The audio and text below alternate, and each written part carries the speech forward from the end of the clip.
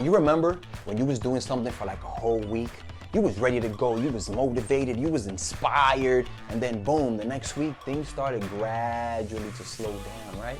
It's because we gotta keep our habits in check. Right, nephew? Yes, dear. That's good. What is a habit? I mean, think of a habitat. A habitat is like a natural home, like an environment that nourishes the psychology, the behavior, the physiology of whatever species lives there, with the purpose of providing it tools for it to survive, right? So that species has to be willing to practice something over and over to be equipped to survive. So I like to think of habits as like a home, as an environment that provides me the tools to nourish my thought process and my behaviors. And I like to use the word home because when we are aligned with our intentions, we form habits to feed that intention. So they're basically cohabitating in the same place in order to keep that intention alive. I hope I didn't lose you there. So we sort of create routines that gives us that sense of consistency. Not routines literally, but we want to create space for behaviors that work towards self-care and setting goals. However, I can't get bored easily, but being aware of that allows me to get creative when I'm forming habits. I don't really buy into that idea that there's a 66-day time frame to build a habit. If you want to build a body that you want, 66 days is all you need to build a habit. But you can't stop moving. You can't stop moving. Don't breathe. Don't breathe. Don't breathe. Ooh, you millionaire sharks, If you're able to knock on people's doors for 66 days and sell them products that don't even work, you build the millionaire's habit, ladies and gentlemen. So, what do you say we make this pyramid scheme work? What do you say? Can somebody give me a trophy for persuading these knuckleheads?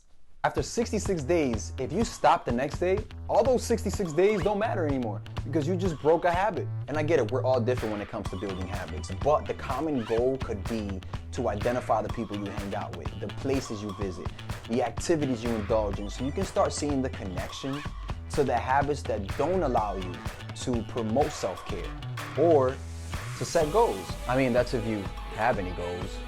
Habit requires attention. It requires commitment. And I know that you can stick with that commitment. Think about what you really need. I can guarantee you that some of the people that you hang with, the places you go to, the activities that you engage in, does not help you build healthier habits. I guarantee you. Unless you're realizing that some of the things you gotta let go is right in your face and is motivating you to create better habits. How do I go about building habits? Well, the first thing I ask myself is, what do I care about? I care about my health.